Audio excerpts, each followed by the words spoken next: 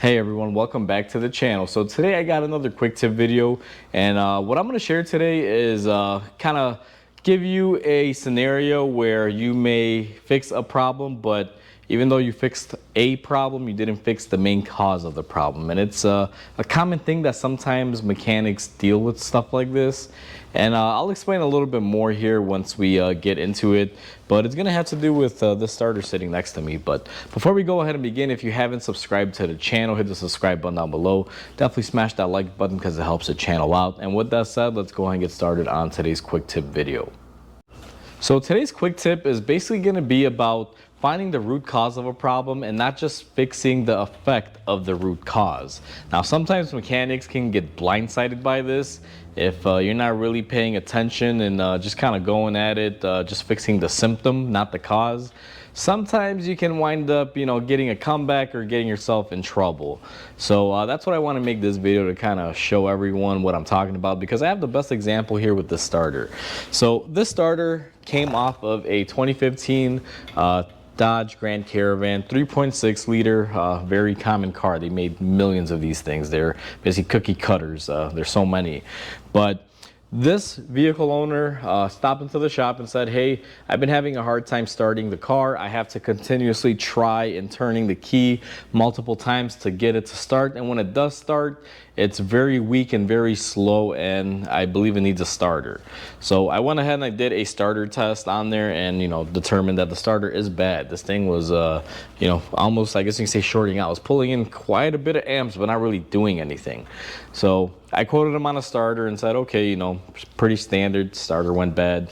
This car has around, 70, 80,000 miles on it. It's a little premature, but also, 2015, it has the years behind its belt. So I figured, a weak starter, let's replace it. And the guy gave me the okay, go ahead and do it. So I get the car up in the air, because in order to do these, you got to lift them. And when I looked at the starter initially, I couldn't really see it because there's a motor mount you got to remove that's in the way of this. But after that motor mount came out, this is what I'm basically left with. Now, it's dried up a little bit, but basically this is oil residue. And I'm going to go ahead and show everyone here if I could just scrape it off. That's on my glove. That's old oil and dirt and sand, whatever has caught onto there. Now, this starter was a lot more horrible looking before I cleaned it up, because I had to dab it a little bit, get a majority of the oil out of there. So if I had just gone in there, replaced this starter, and sent this vehicle on its way home in about 3 to 4, maybe 5 months, maybe a little bit longer, it's really hard to say, it would have gotten oil soaked again, and a similar issue would have occurred, which would have resulted in a comeback. Now, I don't know about you guys out there, if you're doing this professionally or just a DIYer at your house. Me personally, I don't like doing the same job twice. I don't get paid to do it a second time, so you want to make sure you do it right the first time. That's always been my motto. That's how I always am, and I try to stick and live with that as like a code. Like, that's just how I do things. Now, you can't always get them 100%. Sometimes you will have a comeback, but obviously you don't want to have a comeback after comeback after comeback. But anyway, that's a whole topic for another video. But like I said, if I had just installed this, sent them on their way, there'd be an issue. Now, upon further inspection, did a little digging, there's a very common failure on Chrysler 3.6 liter engines, and it's the oil cooler. Chrysler, for lack of engineering it a little bit better, they could have engineered it way better, but they lack in this department. They basically have a oil filter cooler housing that's plastic, and it sits inside the valley of the engine underneath the intake, which is usually about the hottest portion in your vehicle's engine. And this thing is plastic, and the oil filter housing is plastic, and it's a 22 millimeter bolt to remove the filter, which 22 millimeters on that housing, sometimes you can over crank it and possibly break it, especially if you're going to a quick lube shop and they're just zipping things on and off.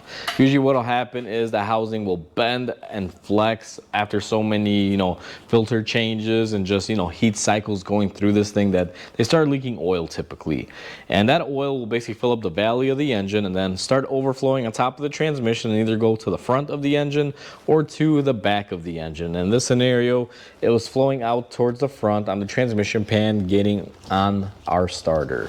and that was the root cause of why the starter even started having an issue in the first place.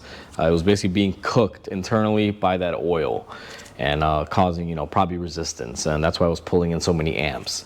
So I proceeded to call the customer, let them know what was going on. I told them, listen, if I do the starter, you're gonna come back. Be warned, I'm gonna notate it, but you really need to fix your oil cooler. And you know, I gave them the option, see what they wanted to do, and in the end, they just decided we're gonna go ahead and fix everything because, you know, we still want to use this vehicle, even though it can be a little costly to them. I mean, this repair is not a small chunk of change; it's pretty big because we have a cooler that we're doing, and then, you know, also a starter job. So went ahead and, you know, got everything, you know, approved, and we're gonna be fixing the root cause and the starter, so they'll never have this issue again. And these are the type of things that you got to look out for. This is what this video is, you know, kind of meant to, you know, kind of teach everyone, for lack of better words, is that if you're doing anything and you have a failure, if something looks off to you, then it could be very well off. Like if I had taken the starter off and this thing was dry, and, you know, it was just bad, then, you know, I have no reason to assume that, you know, something else is going on. But seeing it soaked in oil and drenched, and seeing this coating of oil on there that's been dried up with some dirt and sand and whatever, you know, road grime that's been on the underneath the car that it's collected, is enough to raise my suspicion to look in other places. And, you know, good so, because we did find another issue. You know, and stuff like this is what you always want to look out for. So that's pretty much the video. That's the tip, even though it's not really a quick video. I think it's kind of dragged on because I've been rambling, but always pay attention. Always, you know, try to make sure that you can, you know, figure everything out before it becomes an issue. Because like I said, if I had just not paid attention, replaced the starter, this would have been back, and it would have cost me more time and money as a comeback, because you don't get paid twice. And guess what? For those of you thinking, well, your part supplier or vendor will warranty it, if they see this thing soaked in oil, they're probably not going to warranty it, just so you know. And even if they do, you're not going to get what you were originally paid. If you get paid warranty to do a comeback from a parts vendor, you're typically getting, you know, something like 40 bucks an hour.